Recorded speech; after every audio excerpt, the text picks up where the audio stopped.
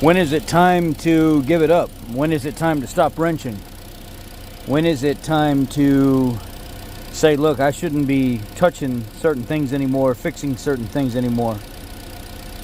This guy that was working on this vehicle brought it to me and said, look, man, my father's 72 years old and he's stubborn as an ox and he refuses to give up working on stuff.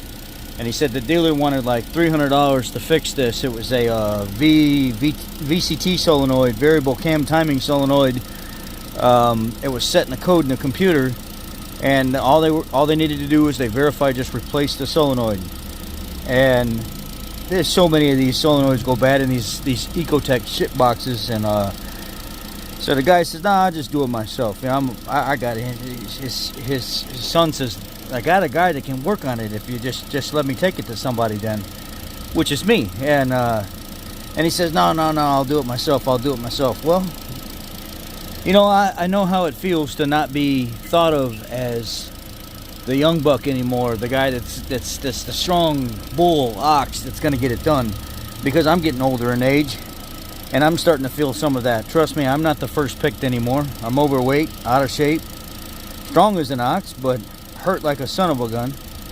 And I know how it feels. Trust me, I'm getting there, and I'm sure when I'm 70 years old I'm gonna feel the same way. I'll just do the damn stuff myself. This could have been bad. This could have been really bad. I guess back in the day this guy was a mechanic, and a damn good mechanic at that. But at some point you have to draw the line and say, I just don't have it anymore. I don't have what it takes. I don't have the tools for it. I can't move my hands and my arms the way I did before. I can't bend and twist the way I did. This engine was almost 4 quarts low in oil. And it was pissing oil out somewhere. There's a VCT solenoid for the front.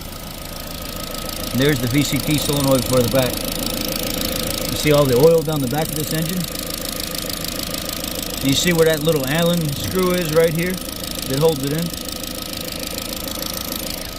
That's the new solenoid that needed to be installed, and the gentleman tried to do that in that tight spot by himself. He didn't quite have the right tools to get the bolt out and the new one back in, and he didn't have the solenoid seated in all the way. So what would happen is when you start it up, it'd start pissing oil out around it, and it would come down the engine this way and go down the engine that way. This could have been bad. This could have ruined an already shitty engine. Don't get me wrong, these are trash, but in time that you hang it up. His son was telling me he trying to get his hands in there. He couldn't get his hands in back there, and I don't know what he did to it. I just know he replaced some solenoid somewhere based on GM's recommendation. Can you take a look at it and get it fixed for us? And I said, yeah, I can. I got you. I'll take care of it for you. And he almost would have had it had he pushed it in a little bit more, had the right tools to run that number 4 Allen all the way in. It would have been done. But at what point in time do you decide to hang it up and not work on your stuff anymore? Especially when you're 72 years old and still think you're the mechanic that you used to be, or at least you try. Trust me, I sympathize, but this could have been bad. This could have been $5,000-$6,000 engine. When do you guys? Where do you guys draw the line? Where do you draw the line on whether or not you should be messing with something? Where do you draw the line?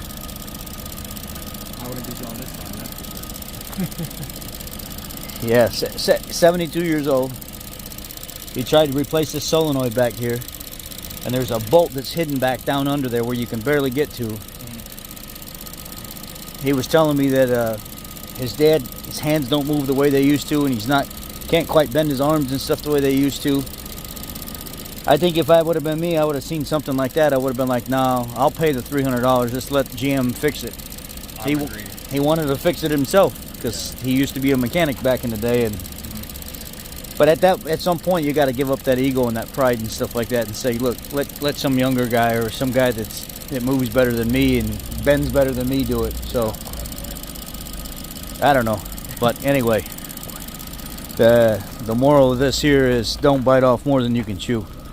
And this gentleman, he bit off more than he could chew, and it could have been bad. Take care, guys. Be blessed. And I understand. Trust me, I understand. Still have that dog in you and that fight in you to want to continue. I'm not dogging older guys at all. At all. Zero. But what I am saying is, pick and choose your battles. Every single one of them aren't meant to be fought by you. You can let somebody else do it. You don't have to be that guy. Take care, guys.